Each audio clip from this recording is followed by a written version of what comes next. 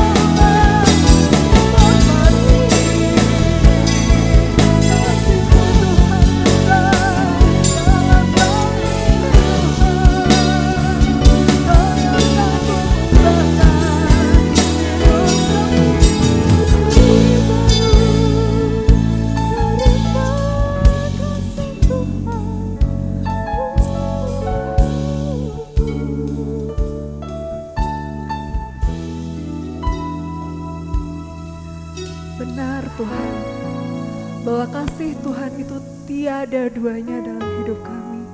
Kasih Tuhan itu tidak berkesudahan dalam hidup kami. Belum pernah ada kasih yang pernah kami rasakan dari dunia ini selain kasih Tuhan sendiri dalam hidup kami. Kami mengucap syukur Tuhan untuk kesehatan. Kami mengucap syukur Tuhan untuk kasih Tuhan yang tidak pernah habis dalam hidup kami. Kami merasakan bahwa penyertaan Tuhan, perlindungan Tuhan senantiasa dalam hidup kami Bapa. Kami mengucap syukur Tuhan. Di hari Sabat ini pun kami bersyukur kami boleh punya kesempatan untuk kami bisa beribadah lagi Tuhan. Sekalipun secara online di rumah kami, keluarga kami masing-masing. Tapi kami percaya Tuhan pun hadir dalam setiap ibadah-ibadah kami. Kami percaya Tuhan, Tuhan yang mau melawat setiap hidup kami, setiap hati kami, dimanapun kami berada, dimanapun kami melihat tayangan ini Tuhan. Tapi kami percaya Tuhan, Tuhan hadir, Tuhan melawat setiap hati kami. Kami mengucap syukur Tuhan, kami mengucap syukur. Jikalau kami akan memulai setiap ibadah kami Tuhan, kami mau naikkan puji-pujian kami lebih lagi kepadamu Tuhan. Sebagai tanda kami mengucap syukur untuk setiap kasih yang Tuhan berikan buat kami. Layakkan kami Tuhan, sehingga kami boleh menyenangkan hati Tuhan, memuliakan nama Tuhan lebih baik lagi. Terima kasih Tuhan, terima kasih. Dalam nama Tuhan Yesus, kami siap memuji Engkau dengan lebih baik lagi. Haleluya, amin. Saya undang kita semua bisa bangkit berdiri bersama. Kita angkat pujian kita. Kasih Allah tidak berkesudahan.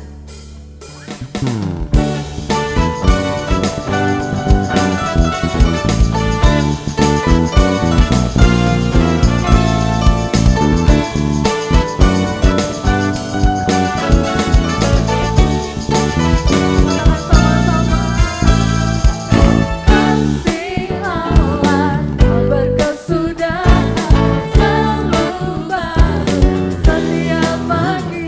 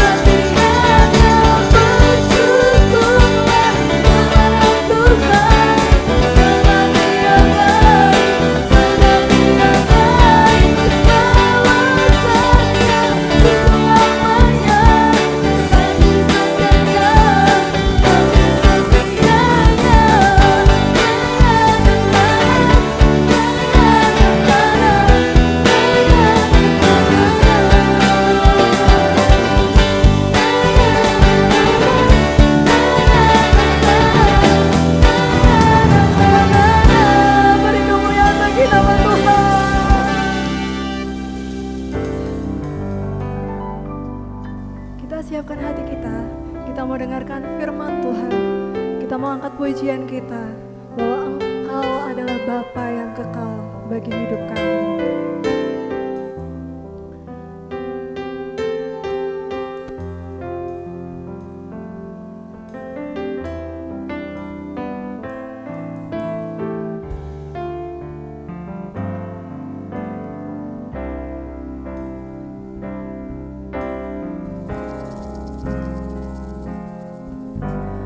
Kasih yang sempurna telah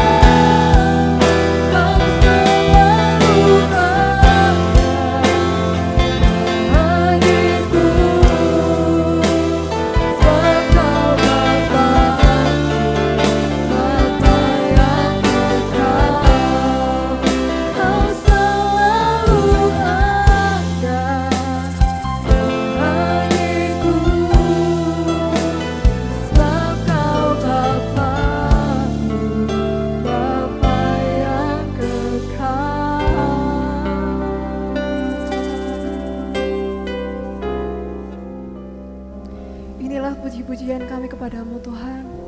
Sekiranya semuanya ini boleh berkenan di matamu Tuhan. Dan sebentar kami akan mendengarkan firman Tuhan. Kau pimpin kami, kau berikan kami hikmat marifat-Mu, sehingga kami bisa mendengar. Tidak hanya mendengar, tapi kami juga bisa melakukan setiap firman Tuhan yang kau sampaikan melalui hamba-Mu Tuhan.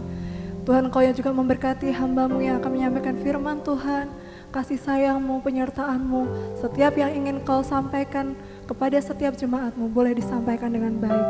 Terima kasih Bapa, terima kasih. Ini doa kami kepadamu Tuhan, kami siap duduk, diam, mendengar suara-Mu Tuhan.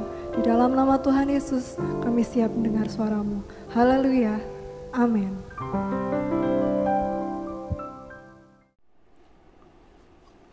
Shalom saudara sekalian, salam sejahtera dalam kasih Tuhan kita Yesus Kristus. Jemaat yang dikasihi Tuhan, jemaat gereja Suara Kebenaran Injil khususnya dan semua pecinta suara kebenaran yang mengikuti pemberitaan firman Tuhan ini. Saudara,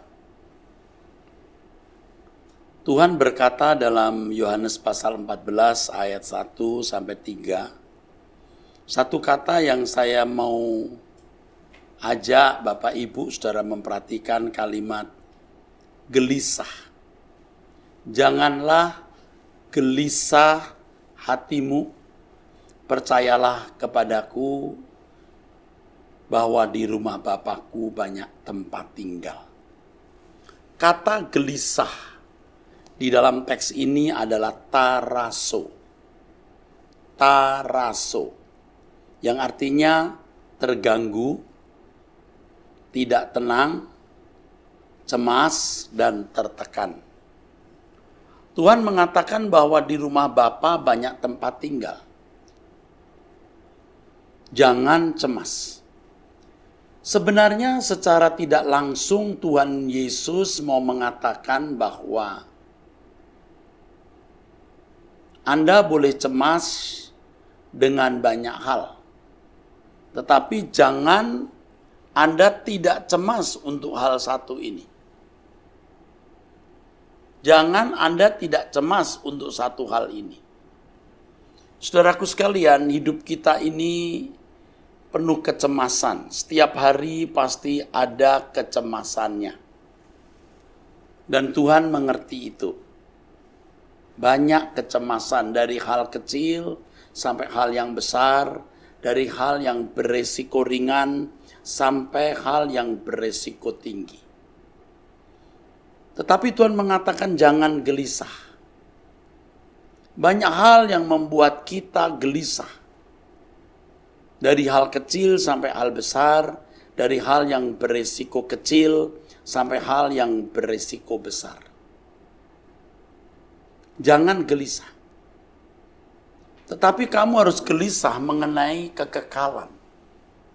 Dan mungkin saudara berkata, Pak Eras, Bapak itu dari dulu sudah bicara terus mengenai langit baru, bumi baru, LB3, kekekalan, kematian.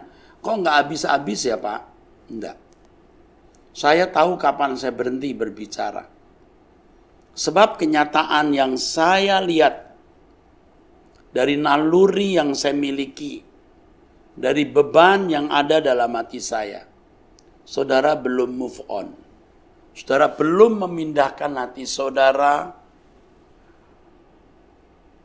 untuk hal ini. Yesus berkata, di mana ada hartamu, di situ hatimu berada. Matius 6 ayat 21. Tapi saudara belum memindahkan. Dan selama saudara tidak memindahkan fokus hidup saudara, maka saudara tidak akan pernah menjadi rohani. Saudara tidak akan pernah bisa bertumbuh di dalam Tuhan. Dan ini menjadi masalahnya. Karena banyak kegelisahan-kegelisahan hidup yang menenggelamkan kita, mencuri perhatian kita, lalu tanpa kita sadari membangun selera jiwa. Itu liciknya kuasa gelap, saudara. Saya ini manusia seperti saudara. Dengan gejala-gejala jiwa, yang tidak beda-beda jauh, atau bisa benar-benar sama. Saya dan saudara ada di lingkungan yang tidak jauh beda di negara Indonesia dengan lingkungan yang tidak jauh beda atau bisa benar-benar sama. Jadi saya juga bisa mengerti diri saya. Saya berkhotbah juga berdasarkan bukan hanya apa yang saya dengar dan saya lihat, tapi juga yang saya alami. Bagaimana ketika saya belum memindahkan hati saya di kerajaan surga dengan sungguh-sungguh. Walaupun saya seorang dosen sekolah tinggi teologi, walaupun saya adalah seorang pendeta, walaupun saya adalah seorang pimpinan dalam kelompok para pendeta, memiliki jabatan yang cukup terhormat di sinode, tetapi saya tidak mengalami pertumbuhan rohani yang berarti. Bagaimana saya bisa menilai bahwa saya tidak memiliki pertumbuhan rohani yang benar? Saudara, tentu saya bisa membedakan antara saya, Erastus hari ini, dengan Erastus 20 tahun yang lalu, 15 tahun yang lalu, 10 tahun yang lalu, 5 tahun yang lalu, 3 tahun yang lalu, 2 tahun yang lalu, setahun yang lalu, dan Erastus hari ini. Dan ternyata memang susah dijelaskan kepada orang yang tidak mengalaminya. Jadi ketika saya belum sungguh-sungguh memindahkan hati saya di sorga, ibarat air itu butek. Saya tidak jernih melihat hidup saya sendiri. Ya, hari ini bukan berarti sudah jernih 100%. Ya, tentu saja belum ya. Tapi jauh kita lebih mengenal diri kita. Ya, kemunafikan kita yang kecil, yang terselubung, ketidaktulusan, kebencian, dendam-dendam yang terselubung, tersimpan, mengendap di dalam hati, itu tidak kita kenali dengan baik. Tentu secara teori kita berkata, oh saya tidak dendam, oh saya mengampuni. Tetapi sebenarnya masih keruh. Keinginan kita untuk memiliki sejumlah uang, dan merasa tenang dengan backup uang, dengan aset yang masih dimiliki. Lalu kadang-kadang kita menghitung kira-kira berapa ya aset hidup saya secara materi. Dan lain sebagainya. Dan lain sebagainya ini maksudnya hal-hal yang mungkin tidak pantas dikemukakan di depan umum. Tetapi setiap orang pasti memiliki dark side atau sisi gelap. Dan seringkali sisi gelap ini orang sembunyikan. Orang tidak mau bongkar. Karena dia menikmatinya atau beralasan belum dewasa, proses, atau karena manusia penuh kelemahan dan kekurangan lalu masih dipelihara. Tetapi ketika kita memindahkan hati kita di kerajaan surga, kita berkomitmen sungguh-sungguh untuk berprinsip bahwa dunia ini bukan rumah kita. Aku mau pulang, betah nggak betah aku mau pulang, suka nggak suka aku mau pulang. Aku mengasihi Tuhan, sudah sempurna atau belum, aku mengasihi Tuhan.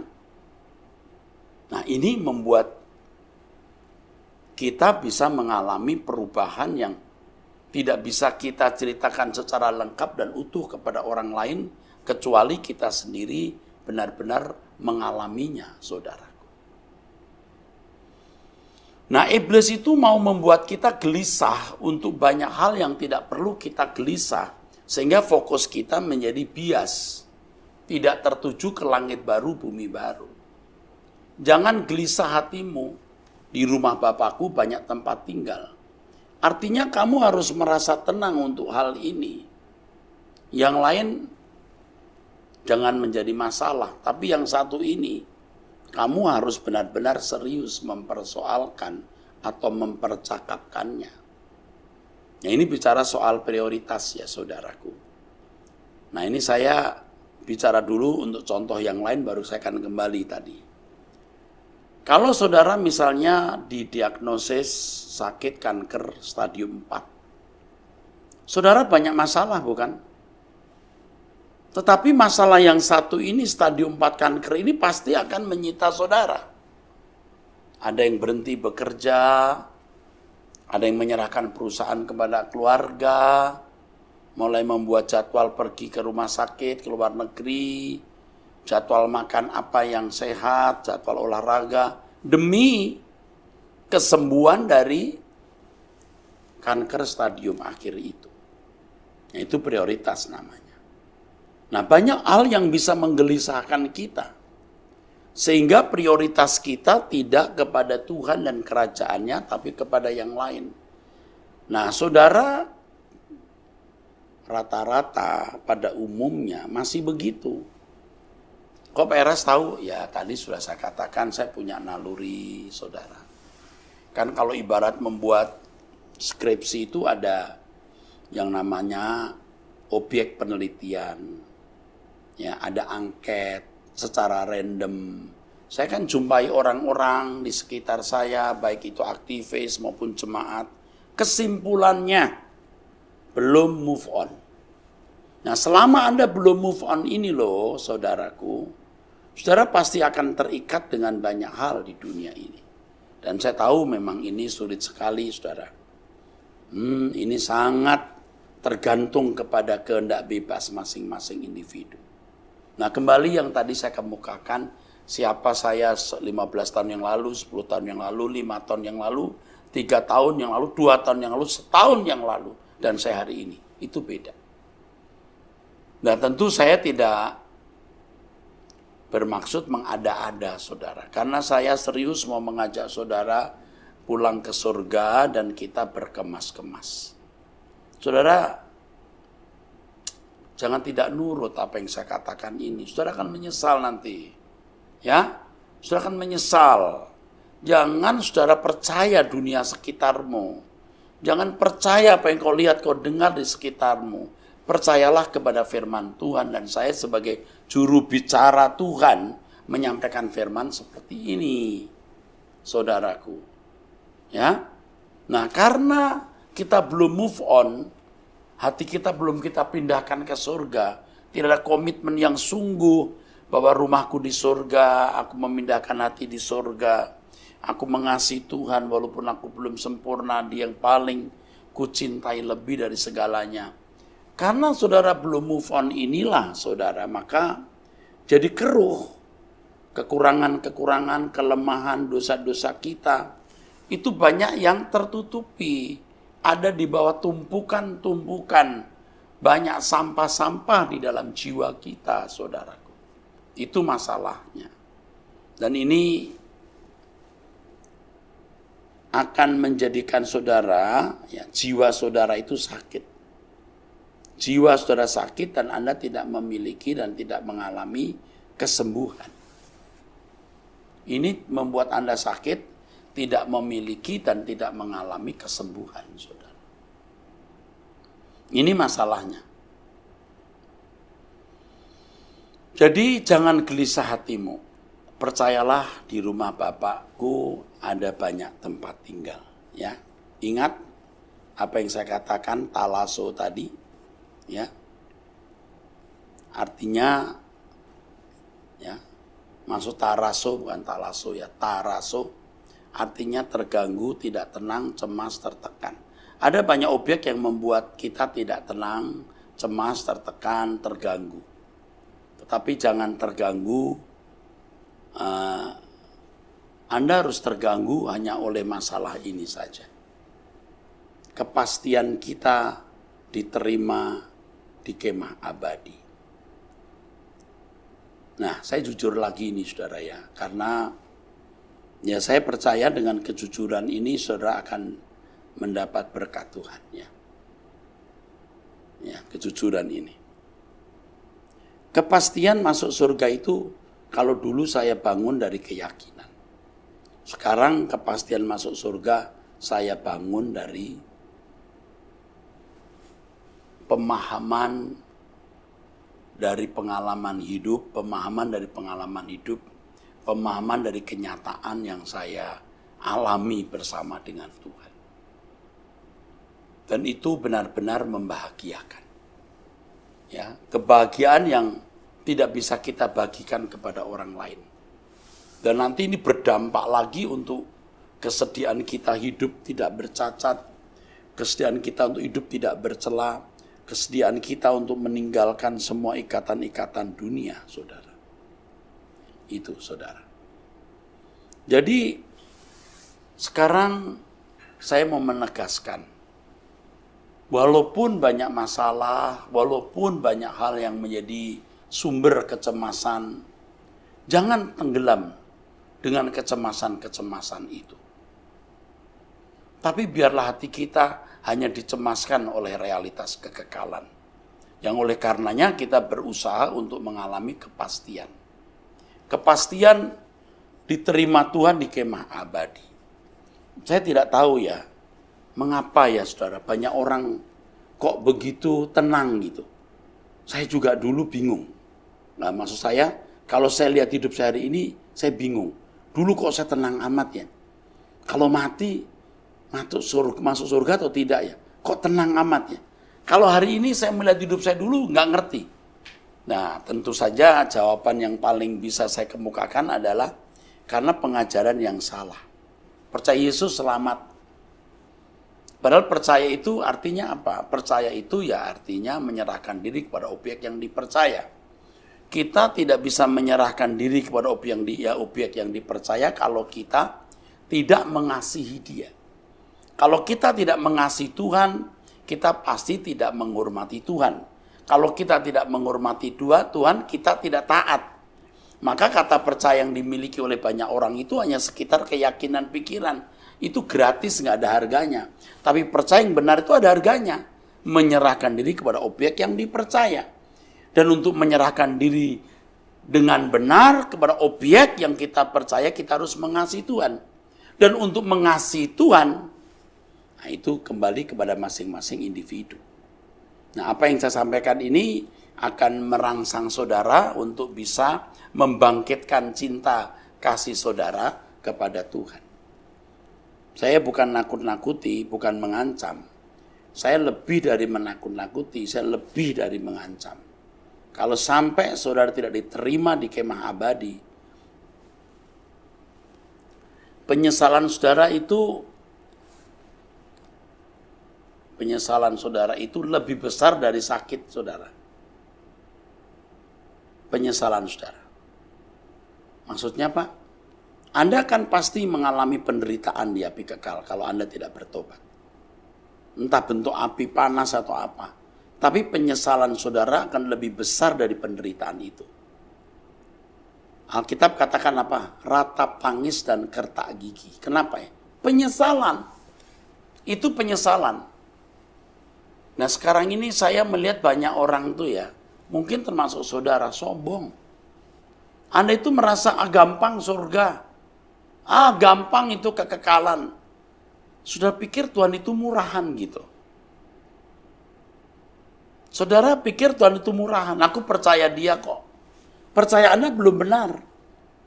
Karena Anda menganggap ini gampang, murahan, maka kecemasan Anda pindahkan kepada banyak hal. Kalau kecemasan saya ganti ke kekhawatiran atau ketakutan. Ketakutan saudara pindahkan untuk hal yang lain. Bukan takut ditolak oleh Allah, bukan khawatir ditolak oleh Allah, tapi khawatir cemas untuk yang lain. Kalau untuk Tuhan mah gampang, sudah Dia pasti terima kok. Dia pasti tidak menolak. Anda anggap murahan dan gampang. Aduh saudara, jangankan saudara, saya sekarang saja masih ada kegentaran itu. Tapi saya bersyukur, ya, makin membenahi diri, makin bersih, ya. Ibarat air itu makin jernih gitu ya. Makin jernih ya. di satu tingkat tertentu saya udah kena tahu, saya bersih nih. Tapi nanti kalau Tuhan bawa saya masuk dalam lagi, wow, masih ada kotoran mungkin, bersihkan lagi. Udah bersih, turun lagi, wow, masih ada. Diobok-obok begitu tuh masih keluar. Nah, sampai tingkat tertentu saya tahu di mana kekurangan kelemahan saya. Saya harus tahu kelemahan kekurangan saya harus tahu dan saya menanggulanginya. Nah, ini yang kita takutkan. Bagaimana aku berkenan kepadanya seperti yang dikatakan Paulus dalam 2 Korintus 5 ayat 9 dan 10. Aku berusaha baik aku diam dalam tubuh ini maupun di luarnya supaya berkenan. Anda tahu nggak di balik itu ada kecemasan? Oh, nggak ditulis? Oh, enggak. Tapi itu ada kecemasan. Ada ketakutan yang positif. Maka ia berusaha untuk berkenan. Sama seperti kalau seorang anak, dia tidak peduli lulus atau nggak lulus sekolah. Dia nggak belajar. Tapi kalau ada anak sampai giat begitu rupa, itu karena dia takut tidak naik kelas. Orang tuanya mengajak makan bersama, ya. Orang tuanya mengajak makan bersama. Ayo, Fit, kita makan. Itu tantemu dari Surabaya datang. Enggak, Mam, aku udah ikut. Ayolah. Oh, mamamu, tantemu enggak tiap hari datang kok. Mam, besok aku ulangan. Loh, aku kan lihat kamu udah belajar kemarin. Aku enggak siap betul loh, Mam. Ya masih 75-80% lah siapnya.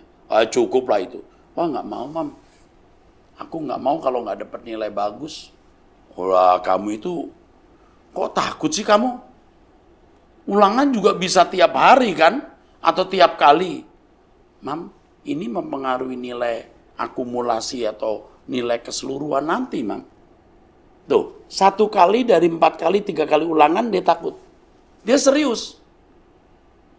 Tapi sebaliknya kalau orang tidak takut, 3 kali ulangan, 2 jeblok, gak apa-apa, mudah-mudahan yang terakhir saya tidak jeblok. Nah, ini saudara ngerti gak? Nah, banyak orang itu lebih takut miskin, lebih takut tidak terhormat, daripada ditolak Allah. Dan saya sudah lihat banget orang begitu, sembarangan. Aduh, sembarangan, jahatnya, pelitnya, kejamnya, bengisnya. Waduh, sembarangan buka mulut. Kalau sekarang nggak pakai mulut, pakai jari. Dalam bentuk WhatsApp, message, dan lain sebagainya di media sosial. Kita sudah bisa baca, ini sembarangan ini orang.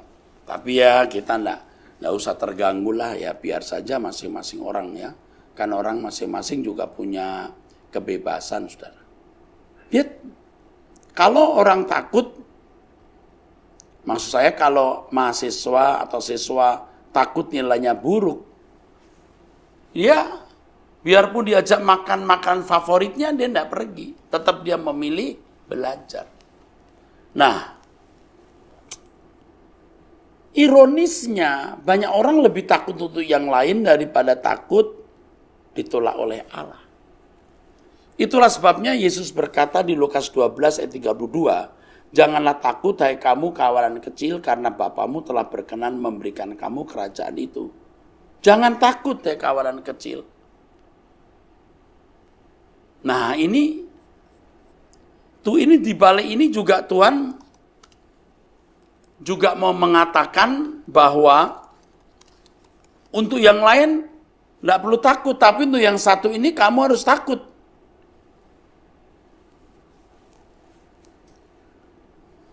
Di dalam Matius 10 ayat 28 tertulis, dan janganlah kamu takut kepada mereka yang dapat membunuh tubuh, tetapi yang tidak berkuasa membunuh jiwa. Takutlah terutama kepada Dia yang berkuasa membinasakan baik jiwa maupun tubuh di dalam neraka. Lukas 12 ayat 4 sama. Aku berkata kepadamu, hai sahabat-sahabatku, janganlah kamu takut terhadap mereka yang dapat membunuh tubuh dan kemudian tidak dapat berbuat apa-apa lagi. Aduh, saudaraku, kalau Saya suka merenung ya, aduh ini jemaat sudah banyak sekali, sudah belasan ribu ya. Lalu pendengarnya juga bisa puluhan ribu ya. Jangan-jangan diakumulasi ratusan ribu. Itu rasanya sudah pasti itu. Tapi kalau hanya menjadi orang Kristen, apa artinya?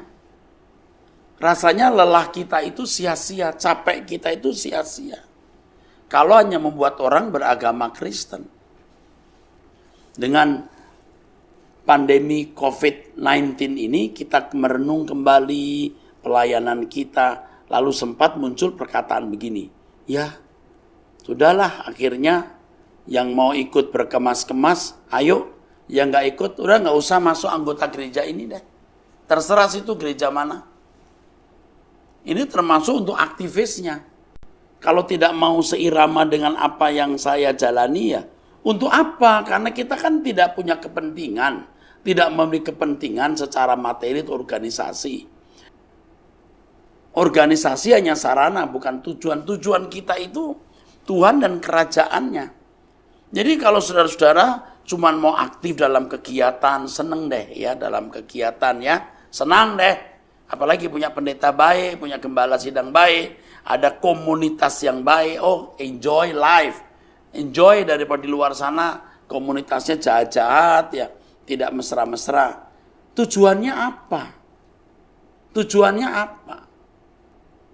Nah ini juga firman ini bukan hanya untuk jemaat tapi juga untuk aktivis. Untuk apa Anda ke gereja berorganisasi? Untuk apa? Saudaraku. Nah ini mohon ya saudara mengerti ya. Jangan takut kepada mereka yang dapat membunuh tubuh, tetapi yang tidak berkuasa membunuh jiwa. Orang harus lebih takut kepada kematian kedua dari kematian ekonomi, kematian karir, kematian bisnis, kematian bahkan kematian rumah tangga. Kalaupun rumah tanggamu berantakan, ya udah. Ya sudah, mau kata apa kalau terlanjur punya suami seperti ini atau istri seperti ini, ya sudah, jalani saja. Tapi jangan sampai nanti jiwa kita mati. Ya. Ini kematian kedua itu terpisahnya manusia dari Allah. Ya, saya seringkali juga berkata justru keadaan sulit, penderitaan yang kita alami itu lebih menggiring kita untuk memperdulikan keselamatan abadi atau keselamatan kekal jiwa kita. Saudaraku, tadi sudah kita baca, jangan takut ya kawanan kecil karena Bapamu berkenan memberikan kerajaan itu. Jadi tenanglah kamu. Dengan ketenangan kita, bahwa kita adalah anak-anak Allah, kita pasti diterima di kemah abadi. Tentu bukan hanya didasarkan kepada keyakinan, tetapi pergaulan pribadi dengan Allah. Dengan kita bisa mengerti ini, mengalami ini, tahu bahwa kita anak-anak Allah, saudaraku sekalian, yang lain tidak akan membuat kita cemas. Nah, itu baru kita bisa mengalami benar-benar kemerdekaan di dalam Tuhan. Kemerdekaan yang sejati di dalam Tuhan. Nah, oleh sebab itu, saudara, belajar. Tidak mudah, tapi bisa kita capai. Dengan kita takut ditolak oleh Allah, artinya dengan kita mau berkenan kepada Tuhan, kita baru bisa sungguh-sungguh menghormati Tuhan dengan benar. Atau sebaliknya, kita merangsang hormat kita kepada Tuhan, taat atau kesediaan taat kita kepada Tuhan, karena kita mengasihi Dia. 2 Korintus pasal 5 yang tadi telah saya singgung, saudaraku sekalian, ayat yang ke-9 dan 10, yang mengatakan, aku berusaha baik aku diam dalam tubuh ini maupun di luarnya, supaya aku berkenan kepadanya. Ayat itu didahului dari pasal yang keempat. Pasal yang keempat, 2 Korintus pasal 4, Paulus mengatakan ini, sebab kami tidak tawar hati, tetapi meskipun manusia lahiriah kami semakin merosot, namun manusia batiniah kami dibarui dari sehari ke sehari. Lihat fokusnya. Bagaimana dia melihat manusia batiniah. Itu berarti akuarium jiwa kita itu jernih. Ya. Dia lebih memperhatikan manusia batiniah. Lalu, sebab penderitaan ringan yang sekarang ini mengerjakan bagi kami kemuliaan kekal yang melebihi segala-galanya, jauh lebih besar daripada penderitaan kami. Ya. Lalu ayat berikutnya, sebab kami tidak memperhatikan yang kelihatan, melainkan yang tak kelihatan, karena yang kelihatan adalah sementara, sedangkan yang tak kelihatan adalah kekal. Lihat, manusia batiniah pasti terkait dengan pengharapan kekekalan kita. Lalu, luar biasa. Ayat berikutnya, karena kami tahu bahwa jika kemah tempat kami ini di bumi dibongkar, Allah telah menyediakan suatu tempat kediaman di surga bagi kita, suatu tempat kediaman yang kekal yang tidak dibuat oleh tangan manusia. Lalu baru kita baca ayat-ayat berikutnya sampai pada ini, ayat 9 dan 10. Sebab itu juga kami berusaha, baik kami diam di dalam tubuh ini maupun di luarnya, supaya kami berkenan. Rata-rata nih saudara ya, rata-rata itu manusia termasuk jemaat dan orang-orang yang hidup ya di sekitar kita itu rata-rata fokusnya masih dunia. Fokusnya masih dunia. Fokusnya belum kerajaan surga. Yang tadi saya katakan belum move on. Jadi ayat-ayat ini tidak akan bisa dia mengerti. Mungkin saudara berkata, ya Pak, kita kan bukan pendeta seperti Bapak. Loh, ini bukan untuk pendeta saja. Pendeta maupun jemaat itu sama saja, saudara. Sama saja. Hanya panggilannya beda. Yang satu jadi pedagang, yang satu jadi praktisi hukum, tenaga pendidikan atau medis. Yang satu, jadi pendeta atau aktivis gereja. Nah, saya melihat banyak orang itu sebenarnya belum move on itu. Kelihatan sekali. Jadi surga itu dianggap gampang, sudah selesai ya. Sudah selesai itu surga, sudah selesai. Gampang itu masuk surga. Aduh, itu juga karena pengajaran orang nih saudaraku. Yang mengajarkan, pokoknya kalau you percaya, kamu selamat. Percaya itu menyerahkan diri kepada objek yang dipercayai, bro. Dan untuk bisa mempercayai seseorang atau menyerahkan diri kepada objek yang kita percaya, seseorang itu harus mengasihi orang itu, bro. Mengasihi itu membuat kita bisa mentaati dia dengan sungguh, dengan baik, menghormati secara patut. Kalau orang sudah terlanjur ruangan hatinya disediakan untuk dunia, mencintai dunia, dia nggak akan punya ruangan yang tepat untuk itu. Tidak akan punya ruangan yang cukup untuk mencintai Tuhan. Sampai tidak pernah mencintai Tuhan. Dan kalau orang tidak mencintai Tuhan, tidak mungkin mengalami pembaruan hidup. Tidak mungkin. Dan banyak orang diam-diam itu lagi digiring terus dalam suasana percintaan dunia. Tidak move on. Nggak mau memilih kerajaan surga. Tidak mau memilih mencintai Tuhan lebih dari yang lain. Tidak pernah memindahkan hatinya di kerajaan surga. Wah, diparkir di dunia, saudara.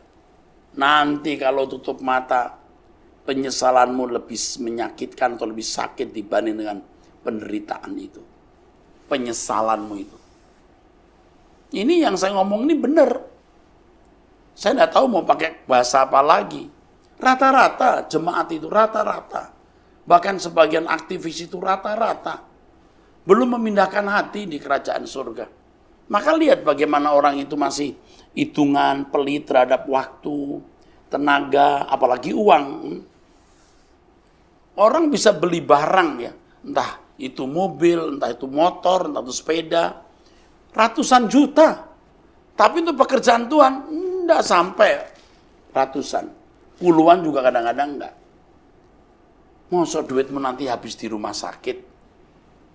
Hidupmu habis nanti untuk kecelakaan di jalan. Uangmu habis untuk kecelakaan, uangmu habis untuk rumah sakit, uangmu habis untuk kebanjiran, kebakaran, dan berbagai bencana lain. Oh, saya tidak mendoakan saudara mengalami itu. Fakta itu sudah saya lihat dalam kehidupan. Nanti masalah hukum, kamu urusan polisi, kamu urusan hukum, kamu harus keluar duit gara-gara itu. Lebih rela.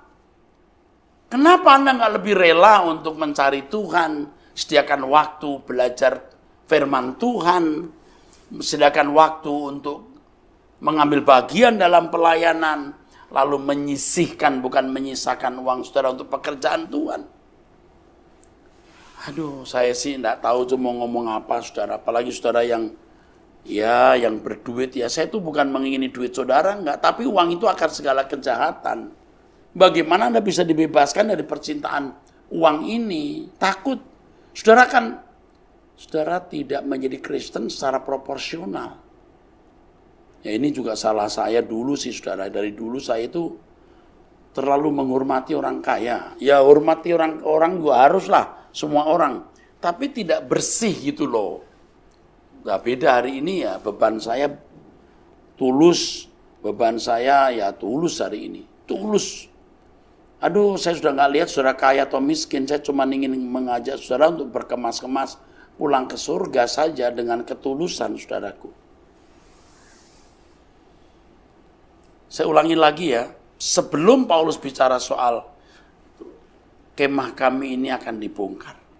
Dia berkata dulu, kami tidak concern, tidak memperhatikan yang kelihatan, melainkan yang tidak kelihatan. Karena yang kelihatan adalah sementara, sedangkan yang tidak kelihatan adalah kekal. Ini kan konyol, kalau jadi orang seperti ini konyol. Aneh, nggak wajar hidup. Tapi Kristen yang benar itu begitu. Nah ini yang GSKI ajarkan. Itu. Sebab itu kami tidak tawar hati, tapi meskipun manusia lahiriah kami semakin merosot, rambut putih, gigi rontok, keriput, mudah sakit, tidak apa-apa. Asal manusia batiniah kami dibahurui. Karena kita mau menghadap tata pengadilan Tuhan, kita mau memiliki manusia batiniah yang bersih. Baru-baru ini saya mikir berat. Mikir satu hal. Nanti ya, saya ini pendeta ya, itu diadili di depan umum. Nah ini imajinasi ya, saya berimajinasi. Ini mana pendeta-pendeta nih, yang suka khotbah, yang ngajar orang, diadili dulu. Karena ini yang membuat orang masuk neraka atau masuk surga. Nah, ini imajinasi saya ya saudara. Ini yang suka ngomong di media sosial, yang banyak mulutnya. Ayo sini, diadili dulu. Bukan karena banyak ngomongnya dan pintar ngomongnya di media sosial atau di mimbar loh, yang pasti diperkenan di hadapan Tuhan. Tetapi yang manusia batiniahnya cemerlang. Dan saya memeriksa manusia batiniah saya. Bagaimana ini? Saya ini sudah kumpul dengan banyak pendeta, bahkan guru atau dosen-dosen pendeta. Saya tuh menemukan kok mereka tuh nggak takut di pengadilan. Nggak takut. Nggak takut. Kok tahu Pak? Ya nggak takut. Di belakang ngomongi rektornya. Di sekolah teologi saja, bisa-bisanya dosen bisa membuatkan tesis atau skripsi mahasiswanya dan mau dibayar. Ya. Dua-duanya itu rusak. Yang bayar rusak, yang dibayar juga rusak. Saya nggak yakin nih dipakai Tuhan nanti. Membantu nggak salah, tapi kalau sampai membuatkan, nah itu yang penipuan. Itu nggak takut di pengadilan, ditelanjangi nanti. Aduh. Nah saya juga kadang-kadang membayangkan begini, saudara, kalau ada orang meninggal dunia nih, Pak si ini meninggal, oh iya. Mungkin yang pertama dia ingat itu pasti Tuhan, yang kedua pendetanya. Dia datang dulu ke rumah saya. Mungkin, nah ini kan imajinasi saudara. Karena saya mendengar beberapa kesaksian, di antaranya yang ditulis buku. Jadi pada waktu rohnya dia melayang, dia mencoba bilang sama dokter, dok, kok saya ke atas ya, dok. Dokter diraba tapi nggak bisa nyambung. Ini beberapa tulisan khususnya buku yang ditulis oleh Moody. Nah, saya juga pernah mendengar kesaksian secara langsung. Jadi ketika dia terangkat, lalu tiba-tiba dia sampai di rumah, papanya sedang angkat telepon. Mendengar berita tentang dirinya ini, anak yang meninggal. Jadi dia melihat, pap, Aku sudah meninggal. Tapi papanya waktu menerima lalu syok gitu. Nah, dia ceritakan itu. Mungkin yang diingat itu papanya dulu. Nah, siapa tahu pada waktu orang meninggal yang diingat itu pasti keluarganya lalu gembalanya. Saya kepikir saya lagi ngetik, wah dia kan lihat saya nih, saya lagi ada di sini nih. Saya sedang buat dosa atau saya sedang berdoa. Saya sedang melakukan apa ini? Dia pasti melihat gembalanya nih. Aku buat apa? Itu membuat saya, walaupun imajinasi, membuat saya takut. Takut bikin salah. Dan kasak kusuk. Yang meninggal nih, kita kusuk-kusuk. Ya yang meninggal ini, wah ini orang sebenarnya kurang ajar loh, baba. Dia dengar loh. Apa sih pengaruhnya Pak? Nggak ada sih. Tapi saya nggak mau bikin salah. Apalagi mata Tuhan yang selalu melihat. Manusia batiniah kita akan diberhadapkan kepada penghakiman. Makanya kita rela menderita demi kemuliaan kekal nanti, saudaraku. Kalau saya melihat orang-orang yang sudah lama jadi orang kaya, penampilannya begitu agung, tasnya bagus, arlojinya mahal, mobilnya mewah. Saya berpikir tragis. Saya mengatakan begini, aku sudah tidak bisa menjelaskan kepadamu. Wahai, betapa baiknya kalau kau mengerti apa yang berguna bagi damai sejahteramu. Tapi sekarang kamu tidak mengerti. Udah. Ya saya ramah-ramah saja, apa kabar Pak? Bagaimana? Aduh hebat ya sekarang perusahaannya. Tambah berapa cabangnya? Oh banyak ya. Tapi sekarang saya nggak mau begitu. Oh apa kabar? Nah nggak mau nanya perusahaannya.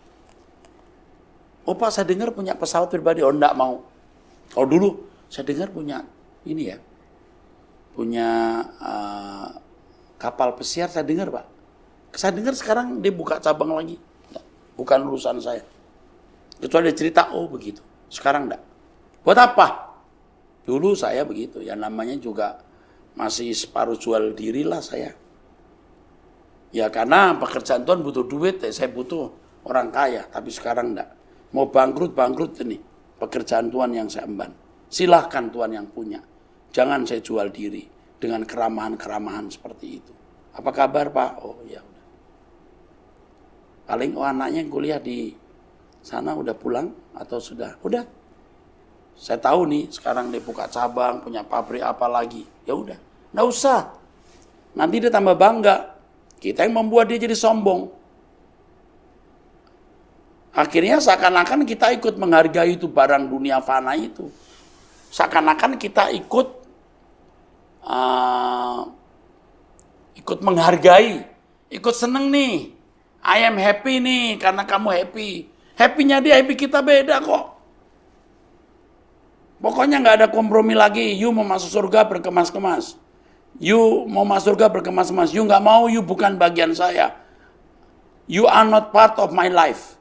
Sombong amat Pak. Nggak bisa nggak. Nanti toh kita berpisah kok. Saya minta jemaat sadar ya. Dengan pesan ini. Anda jangan sombong. Uang itu nggak ada artinya. Jika Anda menghadap Tuhan.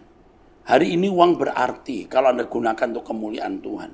Membalas kebaikan orang tua. Anda tidak menjadi beban bagi orang lain, menolong keluarga besar, masyarakat sekitarmu, dan ikut mengambil bagian dalam pekerjaan Tuhan. Jangan uangmu habis di rumah sakit, kecelakaan, urusan polisi, urusan jaksa, hakim, atau kebakaran, atau kebanjiran, atau bencana lain. Ingat ini. Oke? Saya kira cukup ya saudaraku. Tuhan memberkati saudara. Baik Bapak Ibu, kita sudah mendengarkan firman Tuhan hari ini yang sangat memberkati kita semua. Biarlah firman yang kita dengar hari ini memperteguh kita, memperkuat iman kita, untuk kita senantiasa ingat akan surga dan kita senantiasa berkemas-kemas. Kita mempersiapkan hidup kita untuk kita ada di surga. Oleh karena itu, jangan pernah sia-siakan setiap ibadah-ibadah kita, dan kita bersyukur hari ini kita semua diberkati oleh firman Tuhan, dan setiap puji-pujian Dan doa-doa yang dinaikkan, bahkan dengan firman Tuhan yang kita dengar hari ini, kita semua diberkati oleh Tuhan. Sebelum kita menerima doa berkat, mari kita berdoa.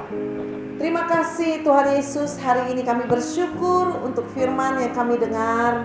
Firman yang memperteguh iman kami, memperkuat iman kami, untuk kami senantiasa berjaga-jaga, kami berkemas-kemas untuk hal-hal surgawi Tuhan. Karena kami tahu hidup kami tidak hanya kami ada di dunia ini saja, tetapi hidup kami ada di kekekalan. Oleh karena itu, biarlah kami tidak sia-siakan waktu-waktu kami, waktu-waktu yang Tuhan berikan dalam hidup kami. Kami senantiasa ingat akan Tuhan, dan kami senantiasa melekat dekat kepada Tuhan, dan hidup kami semua diberkati oleh Tuhan. Hari ini kami mau berdoa Tuhan untuk seluruh umat-Mu yang beribadah pada pagi hari ini. Tuhan memberkati mereka, Tuhan mencurahkan Roh Kudus-Mu atas mereka semua dalam setiap pergumulan-pergumulan yang dihadapi umat-Mu. Tuhan memberikan kekuatan, kesehatan, penghiburan senantiasa. Jika hari-hari ini ada yang sedang mengalami sakit, kami berdoa di dalam nama Yesus Kristus. Bilur-bilur Yesus Kristus menyembuhkan dengan sempurna. Kalau ada umat-Mu yang sedang bergumul masalah ekonomi, keuangan, Tuhan tolong mereka. Biarlah mereka senantiasa melekat kepada Tuhan, berharap hanya kepada Tuhan. Dan kami percaya kuasa Allah menyertai mereka dan memberikan jalan keluar buat mereka. Kalaupun ada yang sedang bermasalah dalam rumah tangga, Tuhan menjadi penolong atas mereka. Tuhan memberkati mereka. Kalaupun ada juga yang sedang bermasalah Tuhan dalam hal-hal yang lain, Tuhan tolong mereka, berikan jalan keluar buat mereka. Terima kasih Tuhan. Kami juga melepaskan berkat Allah untuk bangsa dan negara kami. Diberkati bangsa Indonesia, diberkati pemimpin bangsa kami, Bapak Presiden, Wakil Presiden. Diberkati pemimpin kota kami, Bapak Gubernur, Wakil Gubernur dan jajarannya. Diberkatilah seluruh masyarakat Indonesia, TNI, Polri. Tuhan memberkati. Biarlah bangsa kami ini mengalami jamahan Tuhan, mengalami kesembuhan yang dari Tuhan. Di masa-masa yang sulit ini Tuhan, di masa-masa di mana virus corona ini masih merajalela, kiranya Tuhan menolong seluruh masyarakat Indonesia. Tuhan menyembuhkan kami, menyembuhkan masyarakat Indonesia, sehingga kami boleh kembali beraktivitas sebagaimana biasa. Berkati bangsa kami ya Tuhan. Kami juga berdoa melepaskan berkat Allah untuk orang-orang yang sedang mengalami kelemahan saat ini Tuhan. Kiranya Tuhan menolong mereka, menghibur mereka Tuhan. Terima kasih Tuhan. Kami juga melepaskan berkat Allah untuk sinode kami GSKI. Kiranya berkat-berkat Allah terbaik tercurah bagi Bapak Ketua Sinode, Bapak Pendeta Erastus Sabdono dan jajarannya. Tuhan memberkati mereka semua. Terima kasih Tuhan. Dan hari ini seluruh jemaat-Mu, mari arahkan hati kita kepada Tuhan. Arahkan pandangan kita kepada Tuhan. Pandang kepada Tuhan. Dan biarlah hidup kita semua menyenangkan dan memuliakan Tuhan. Mari angkat tangan saudara semua dan kita menerima berkat yang dari Tuhan. Kiranya berkat damai sejahtera yang datang dari Allah Bapa, cinta kasih yang dari Tuhan Yesus Kristus, dan kuasa pengurapan yang daripada Roh Kudus menyertai hidup kita hari ini sampai Maranatha. Tuhan Yesus datang kedua kalinya. Di dalam nama Tuhan Yesus Kristus, Allah yang kami sembah, Allah yang kami muliakan, kami berdoa dan mengucap syukur.